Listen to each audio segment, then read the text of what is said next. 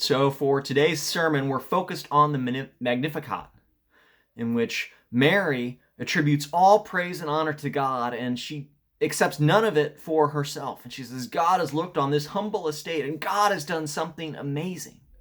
And not because of anything that Mary has done, but solely because of God's grace has God poured out that praise and this honor upon her. And so what a teaching that is for us, right? Because we're in the same position. We are unworthy of what God is doing in us and through us, and yet God chooses to do it anyway. And so may our souls and may our spirits rejoice. May we have great joy at what God is doing in us. And then we're going to talk in today's longer sermon about, C.S. Lewis talks about how, what God is doing is an invasion.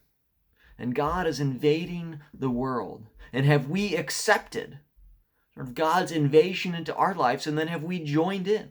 Have we surrendered all of our life to God? And have we joined in with what God is doing in the world around us?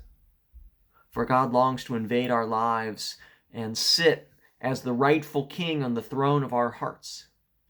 But obviously to do that, we need the humility to remove ourselves from the throne of our hearts and let God be king. And that's what Advent is about. It's about looking back at what God has done previously when God invaded the world in the person of Jesus Christ, and then looking ahead to the fulfillment of that invasion when God comes and defeats with finality sin and evil and reigns forever as the rightful